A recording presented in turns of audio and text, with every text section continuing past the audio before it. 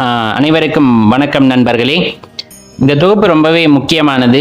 சிவ தேடலில் உள்ளவர்களுக்கு மட்டும் அப்படிங்கிறத நம்ம ரொம்ப தெளிவாக தான் சொல்றோம். இந்த இடத்துல கண்டிப்பா அவர்களுக்கு இது பயன்படக்கூடிய பதிவாகத்தான் இருக்கும். ஏன்னா நமக்குள்ள நிறைய வினாக்கள் எழுந்து கொண்டே இருக்கின்றன. ஆரம்பத்தில் பக்தி அப்படிங்கிற அடிப்படை விஷயத்தில் ஆரம்பிக்கிறோம், அதாவது உருவ வழிபாடு பண்ண ஆரம்பிக்கின்றோம். அப்ப பாத்தீங்க அப்படின்னா உருவத்தில் இருக்கக்கூடிய இறைவன் மீது ஒரு அளவற்ற பக்தி கொள்கின்றோம். ஆனா நமக்கு வழிகாட்டியவர்கள் நம்ம வாழ்ந்த சந்தர்ப்பத்திற்கு ஏற்ப சூழ்நிலைகளுக்கு ஏற்பதான் நம்ம பக்தியும் இருக்கின்றது. அதுல எல்லாம் எந்த மாற்று கருத்துமே இல்லை. இப்ப அடிப்படையில பக்தி அப்படிங்கறது பார்த்தா நம்ம எது கேட்டாலும் சாமி கொடுக்கும் அப்படின்னு சொல்லி கொடுக்கறது ஒரு ரகம். அதுதான் பெரும்பாலும் எல்லா பக்கமும் இருக்கு. இன்னொரு பிரிவு பார்த்தீங்க அப்படின்னா உண்மையான தேடல் அப்படிங்கிறது என்னன்னு குழந்தைங்களுக்கு சின்ன வயசுல இருந்தே சொல்லி கொடுக்கறவங்க. இன்னும் சொல்ல போனா ஞானம் பெற்றவர்கள் தன் குழந்தைக்கு சொல்லி கொடுக்கும் விதமே வேறாக இருக்கும். இந்த மாதிரி நிறைய விஷயங்கள் இருக்கின்றது. நான் மீண்டும் சொல்வது, உங்களுக்கு ஒரு குருவை தேடுவதற்கு இது உந்துகோலா இருக்கும் இந்த பதிவு அப்படிங்கிறது தான். நீங்க உங்களுக்குள்ளேயும் உங்களை சுத்தியும் குருவை தேடுங்க. அதுக்கான சின்ன தூண்டுகோல் மட்டும்தான் நான். சரி, இப்படிப்பட்ட சூழ்நிலைகளில் நான் பலவாறு முயற்சி செய்தேன், இறைவனை காண்பதற்கு பலவாறு முயற்சி செய்தேன், ஆனால் என்னால் முடியவில்லையே அப்படின்னு நிறைய பேத்துக்குள்ள அந்த வினா இருக்கும். அப்ப நான் போற பாதை சரிதானா? அப்ப நான் இப்படிதான் பயணிக்கணுமா? எப்படி பயணிக்கணும் அப்படிங்கிற கேள்வி எல்லாத்துக்குள்ளயும் இருக்கு இல்லைங்களா? அதுக்கான ஒரு சின்ன விளக்கம் அதைத்தான் நம்ம பார்க்க இருக்கோம். ஒரு விஷயம் அடிப்படையில நல்லா தெரிஞ்சுக்கணும். அன்பே சிவம் அப்படின்னு சொல்லுவாங்க, அன்பே கடவுள் அப்படின்னு சொல்லுவாங்க. அதை நம்ம எப்படி வேணாலும் எடுத்துக்கலாம். பரம்பொருள் அப்படிங்கிறவரு ஒருத்தர் தான், பரமாத்மா அப்படிங்கிறவரும் ஒருத்தர் தான். அதை நம்ம பலவாரா எடுத்துக்கொள்கின்றோம். அவ்வளவுதான் வித்தியாசம். அவரை உணர்றதுக்கு நம்ம என்ன பண்ணணும் அப்படின்னா, உண்மையான அன்பு அப்படிங்கிறது இருந்தா போதும். இந்த ஒரு வார்த்தை அல்லது இந்த ஒரு வாக்கியம் உங்களை மாத்திருமா அப்படின்னா, அதை இந்த இடத்துல நான் உங்களை மாத்தி ஆகணும், வேற வழி இல்லை. அதற்காக தான் இதை நம்ம சொல்றோம். அது எனக்கும் சேர்த்து தான். ஏன் சொல்றோம்? ஐயா வள்ளலாரை எடுத்துக்குங்க. அன்பு அப்படிங்கிறதுக்கு இலக்கணமா வாழ்ந்தவர் அப்படின்னு நம்ம சொல்லலாம். வாடிய பயிரை கண்ட போதெல்லாம் வாடினேன் அப்படின்னு சொல்றாரு. உயிரினங்களை மட்டும் அவர் சொல்லல, வாடிய பயிரை கண்ட போதெல்லாம் வாடினேன் அப்படின்னு. அப்ப இந்த உலகத்துல இருக்க எல்லா ஜீவராசிகளுக்கும், மரம் செடி தாவரம் எல்லாத்துக்குள்ளேயும் சிவத்தை கண்டவர் தான் நம்ம ஐயா வள்ளலார் அவர்கள் அப்படின்னு இந்த இடத்துல நீங்க புரிஞ்சுக்கணும். அப்ப இந்த இடத்துல ரொம்ப முக்கியம் என்ன? அன்பு, தூய அன்பு அப்படின்னு சொல்லக்கூடியது.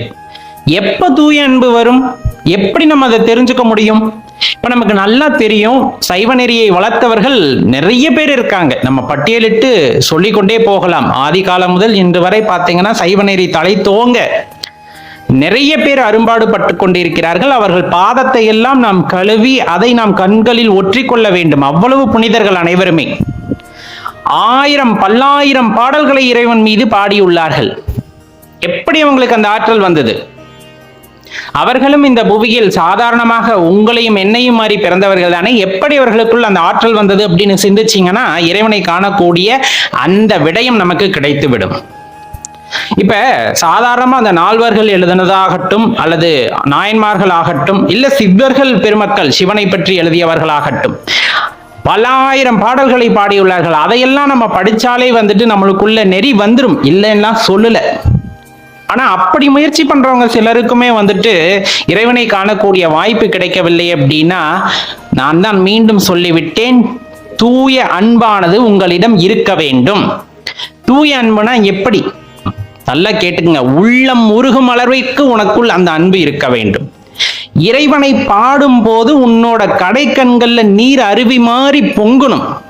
அந்த பொங்குகின்ற அந்த அருவி போல அந்த கண்ணீர் இருக்கு இல்லையா, அதுல உங்க உடம்பு நலையணும். அப்படின்னா எப்படிப்பட்ட அன்பா இருக்கணும் யோசிச்சு பாருங்க. சாதாரணமா ஆனந்த கண்ணீர் வராது.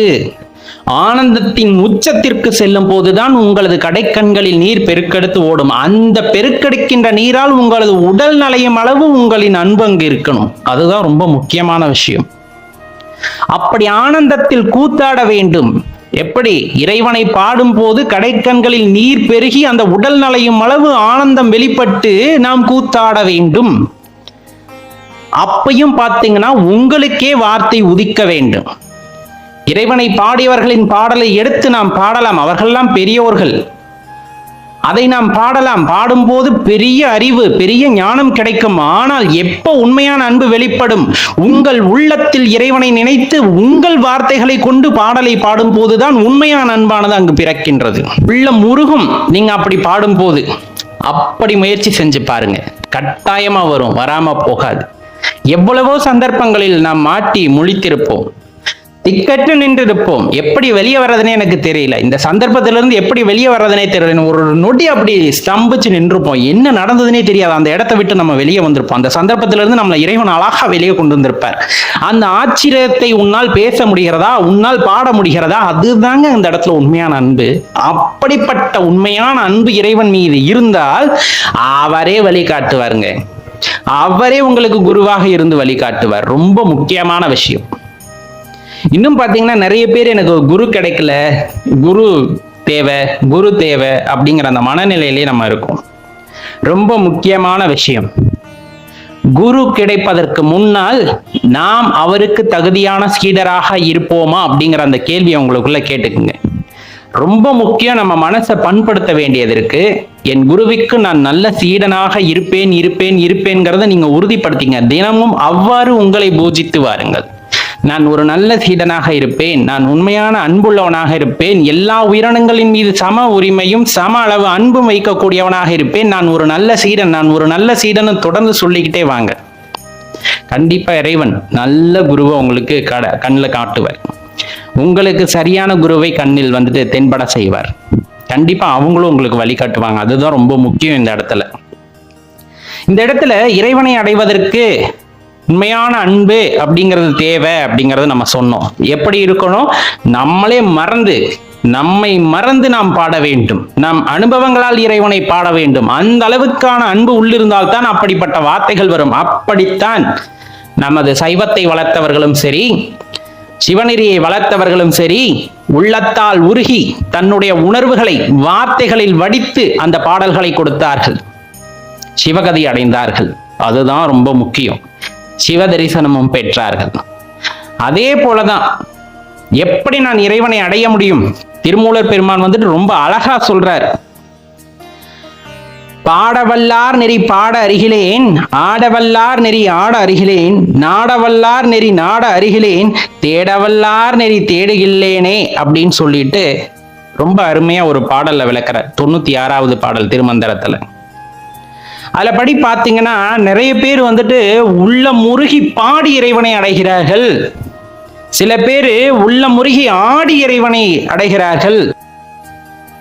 அதே போல சில பேர் வந்துட்டு அவரை எப்படி அடையணும்னு தேடி தேடி பல வழிகளை கண்டறிந்து அலைகிறார்கள். ஆனா இந்த அளவுக்கு தேடி அவரை அடையணுங்கிற அந்த அடிப்படை கூட எனக்கு இல்லாம போச்சே அப்படிங்கிறார். அப்ப இது மூலமா என்னன்னா அவருக்கு தெரியாம போச்சுன்னு சொல்ல, இதெல்லாம் சூட்சமமா அவர் சொல்றார். உண்மையான அன்பால் உன்னால் இறைவனை பாட முடிகிறது என்றாலும், உண்மையான அன்பால் மனதினில் இறைவனை நிறுத்தி உன்னால் ஆட முடிகிறது என்றாலும், உண்மையாக அவரை தேடி அலைய வேண்டும் என்று அலைந்து அதற்கு ஒரு வழியை கண்டுபிடிக்கிறாய் என்றாலும் அதன் மூலியமாக இறைவனை அடையலாம். ஆனா அந்த பக்கம் எனக்கு இல்லாம போச்சேன்னா அந்த பாட்டுல ரொம்ப வருத்தமா சொல்றார். அப்ப நல்லா தெரிஞ்சுக்குங்க, உண்மையான அன்போடு உண்மையா வந்துட்டு உள்ள முருகி நாம் செய்கின்ற ஒரு விஷயத்தில் இறைவனை காண முடியும். பிற உயிரினத்தின் மீது உண்மையாக அன்பு செலுத்தும் போதும் வந்துட்டு நம்மளால இறைவனை காண முடியும். குரு கண்டிப்பா நமக்கு கிடைப்பார். நம்ம ஏற்கனவே சொன்ன மாதிரிதான், எனக்கு ஒரு நல்ல குரு வேண்டும் அப்படின்னு கேட்பதற்கு பதிலாக நான் ஒரு நல்ல சிஷ்யனாக இருப்பேன், சீடனாக இருப்பேன்கிறத திரும்ப திரும்ப மனசுக்குள்ள நம்ம சொன்னோம்னா கட்டாயமா நமக்கான குருவை இறைவன் வழிகாட்டுவார். அல்லாத பட்சத்தில் இறைவனே உங்களுக்கு குருவாக வருவார். நல்லா தெரிஞ்சுக்குங்க. எப்பவுமே உண்மையான பக்தி என்றுமே தோற்று போகாது. விடாமுயற்சியாக நீங்கள் காட்டுகின்ற அன்புதான் உங்களுக்கு ஆன்மீகத்தில் நல்ல ஒரு வழியை காட்டும் அப்படிங்கிறத ஞாபகம் வச்சுக்கோங்க. கண்டிப்பா இது பயனுள்ளதா இருந்திருக்கும் அப்படின்னு ஒரு சின்ன நப்பாசை தான் நமக்கு. ஏதாச்சும் ஒரு இடத்துல உங்களுக்கு ஆமா இல்ல இது சரிதான் இல்லை அப்படிங்கிற மாதிரி யோசிக்கிற மாதிரி இருந்ததுன்னா கண்டிப்பா இனிமேல் அன்பு செலுத்துங்கள். இறைவனின் மீது அன்பு செலுத்துங்கள். இறைவன் மீதுனா வந்துட்டு எங்கேயோ இருக்கின்ற இறைவன் மீது இல்லை, உங்களுக்குள் இருக்கின்ற இறைவன் மீது அன்பு செலுத்துங்கள். உங்களை தினம் தினம் அர்ச்சனை செய்யுங்கள். உங்களுக்கு தினம் தினம் உள்ளே பூஜை செய்யுங்கள். அது இறைவனுக்கு செய்த பூஜை. மற்றவங்க மேல அன்பு வைக்கும் போது அதுக்கான பலன் கிடைக்காம போயிடும். ஆனா உண்மையாலுமே கடவுள் மீது, அதாவது உங்கள் மீது நீங்கள் வைக்கின்ற அன்புக்கு என்றுமே பலன் கிடைக்காம போகாது அப்படிங்கிறத நல்லா தெரிஞ்சுக்குங்க நண்பர்களே.